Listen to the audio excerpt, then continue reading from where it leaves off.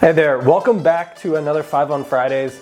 My name is Jacob Hiddle. I am the exercise physiologist with the City of Columbus, working on behalf of the Benefits and Wellness team.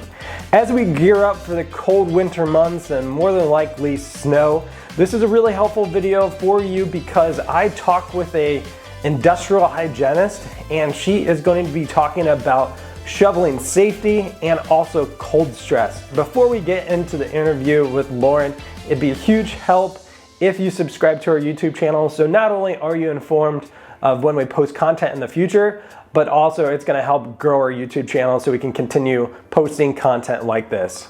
So let's get into the interview with Lauren.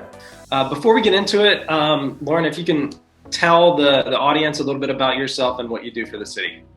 Sure. Hi, Jacob. My name is Lauren Nye. I am an industrial hygienist for the City of Columbus out of the Department of Human Resources.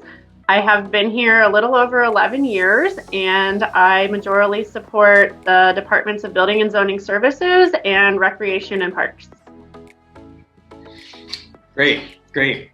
So today we're going to be talking about snow shoveling and cold stress. Do people really get injured shoveling snow during the winter? Like, why is that even? Yes, I know, it's crazy, but actually there are about 11,500 ER visits every year from folks injuring themselves during snow shoveling. Wow. So what kind of injuries can actually happen? There are three main things that can occur: exertional, musculoskeletal, and then of course the cold stress injuries from the cold weather necessary for the snow to be there. The good thing about snow shoveling is that it's exercise, but the bad thing about snow shoveling is that it's exercise. Shoveling snow burns about 5 to 8 calories every minute, so yay for that. And while that's great, unfortunately though, approximately 800 ER visits come from cardiac problems while snow shoveling. So you should definitely talk to your doctor prior to getting out there and clearing your driveway to make sure that it's safe for you to do so. Sure.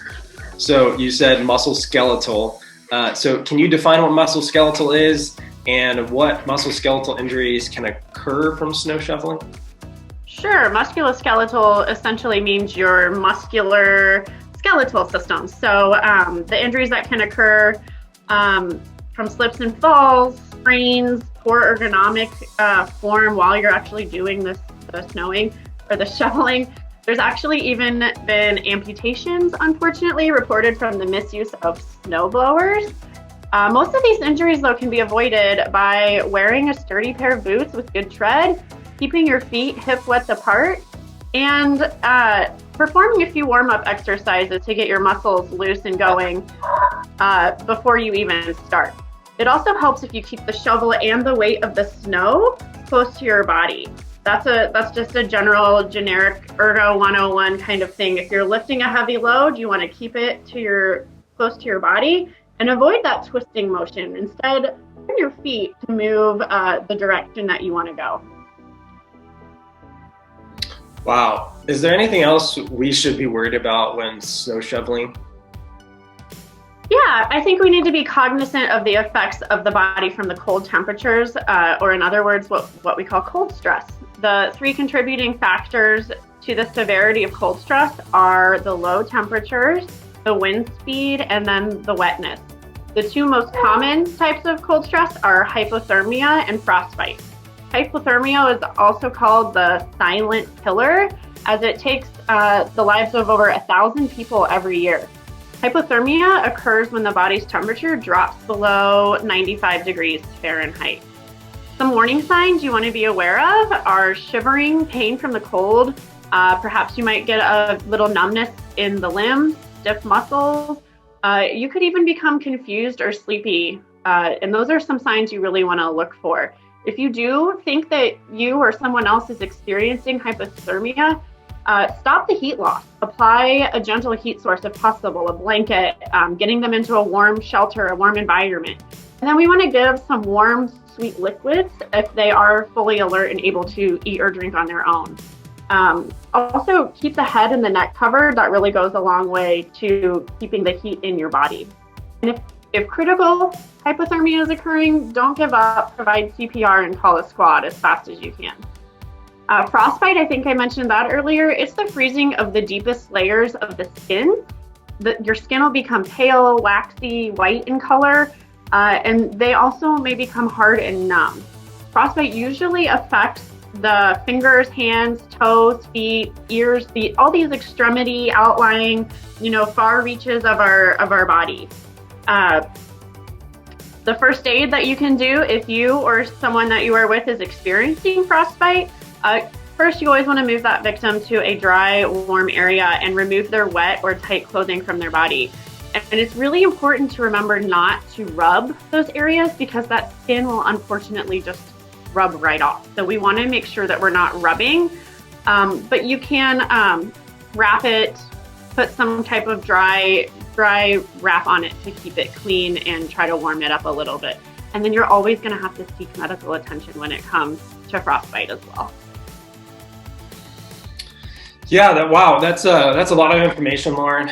I think, something that I tend to forget about, when I'm going out and shoveling, and if you have all these layers on, you're sweating through your clothes, sweating through your hat, and then it gets wet. So, I think something too, and you can talk more about this, but, having waterproof boots, having waterproof gloves, to prevent or limit, some sort of frostbite from happening. Is there some truth to that? Yeah, absolutely. And in addition to the waterproof, additionally, the dry wicking material, the clothes that you can buy that kind of absorbs and gets that sweat and that wetness off of you to keep you dry is also really beneficial when doing these kind of activities in the winter. Yeah, that's a good idea too. And would you recommend having like hand warmers or toe warmers? Is that too much? That you stick in your gloves or put into your boots? No, whatever you can do to stay warm, by all means. I say if we have it available to us, we use it. That's great. Do you have any closing thoughts about this topic? No, thank you for having me. As you guys are out there shoveling your snow, just remember to lift with your legs, not with your back, and keep that load close to your body so that you're working in an ergonomically correct fashion, and stay warm. Great. Thanks, Lauren. We hope that information that Lauren shared was really helpful for you during these winter months. More information can be found in the description below this video. If you like this content, please hit the like button. That'd be really helpful. Also, if you have not done so already, please subscribe to our YouTube channel so you're informed when we post content like this. Have a wonderful weekend and be safe. And we will see you next week on another episode of 5 on Fridays. Take care.